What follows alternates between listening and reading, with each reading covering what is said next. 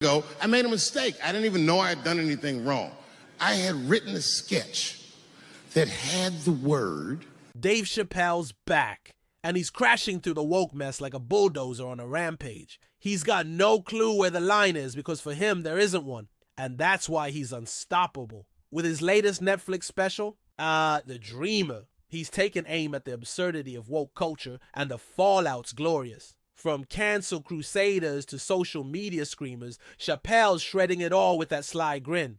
What makes him the guy who keeps torching the woke playbook? Let's unpack it.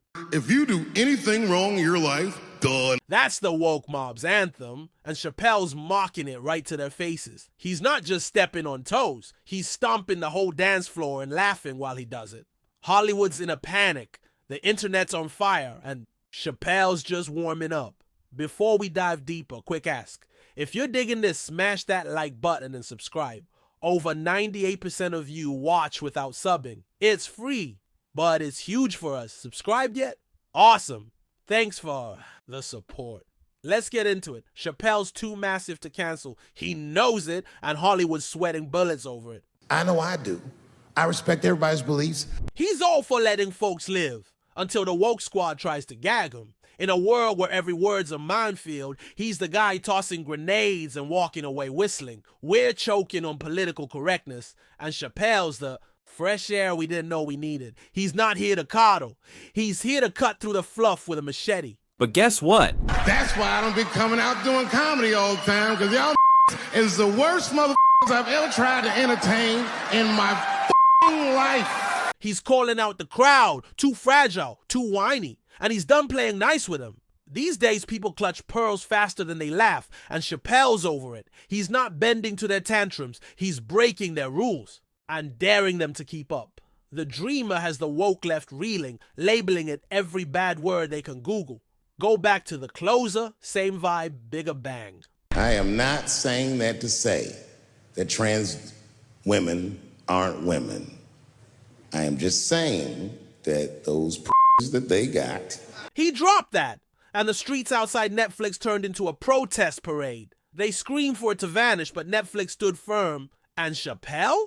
He leaned in harder. No apologies, just a sharper edge, proving he's not here to grovel to anyone's feelings. I ain't doing trans jokes no more. You know what I'm gonna do tonight? Tonight, he teases the switch, then flips the script. Vintage Chappelle chaos. He's not dodging heat. He's redirecting it to roast everyone equally, and the crowd eats it up. The Jim Carrey bit from The Dreamer is a masterstroke. Simple setup, killer payoff. I wanted to meet Jim Carrey, and I had to pretend this was Andy Kaufman all afternoon. He paints the scene, chasing his idol stuck with a method acting curveball. Carrey's lost in Kaufman, and Chappelle's left faking it through gritted teeth. It's a funny story until he lands the blow that ties it all together. And he was clearly Jim Carrey. I could look at him and I could see he was Jim Carrey. Anyway, I say all that to say, that's how trans people make me feel. The crowd roars, laughter, claps, chaos, and the woke hive loses their minds. It's not just a punchline, it's a mirror to the identity mess they're too scared to face. He's not attacking, he's exposing, and that's what makes his sting so bad. Do you want to meet him? And I said, yes, I do. And it was the first time I could remember since my father died being excited. And the movie was called Man on the Moon. I didn't know any of this. And in this movie, Jim Carrey was so immersed in that role that from the moment he woke up to the time he went to bed at night, he layers it, real emotion, real stakes, then flips it into something raw. It's a slow build, then bam, the punchline hits like a freight train. The woke brigade cried transphobia, but Chappelle's point isn't hate, it's absurdity. Laid bare. They want him gone, but he's not here to bow, he's here to push, and that's comedy's soul. The LeBron bit? Another grenade in the woke war zone. They say LeBron James changed his gender. You know what I mean? Okay, can he stay in the NBA, or, because he's a woman, does he have to go to the WNBA where he will score 840 points a game? He's tossing hypotheticals that make woke heads spin. then lands the killer blow. The room explodes. He's not just joking, he's peeling back the contradictions nobody dares touch. It's not about gender, it's about the logic crumbling under its own weight, and he's shining a spotlight. Woke Twitter fired back, called it transphobic, demanded blood, but he's unfazed. I said what I said, and boy, I heard what you said. My God. He's not begging forgiveness, he's daring them to keep screaming while he keeps laughing. His Joe Rogan sit down, a double-barreled blast at the woke fortress. Today, They're gonna feel like, well, was something wrong with me, or like, Yeah. There's a lot of tone-deaf folks out there that didn't get that. Are out there taking that photo in front of a private jet with a Gucci bag, smiling. Yeah. They rip into the fake outrage, rich kids posing while the world burns, and it's gold. Chappelle's ditched sponsorships won't let suits muzzle him for a paycheck. They've canceled people that are more powerful than me. He and Rogan are proof you can thrive outside the woke cage. Middle fingers up. Dana White's got his back too. UFC boss isn't here for the cancel clowns.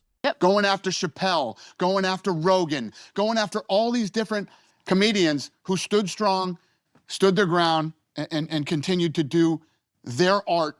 White's hyping Chappelle's spine, rare in a Hollywood full of jellyfish. Netflix didn't blink either. Stood by the closer when the mob raged. That's grit most companies ditch the second Twitter whines. Chappelle's been dismantling cancel culture's house of cards forever. Like you say, no one can be woke enough. You know, I'm torn because I like a warrior for a good cause, but I'm really into tactics. He's not into nagging. He's into winning, and whining ain't it? You're not going to nag people into behaving Right.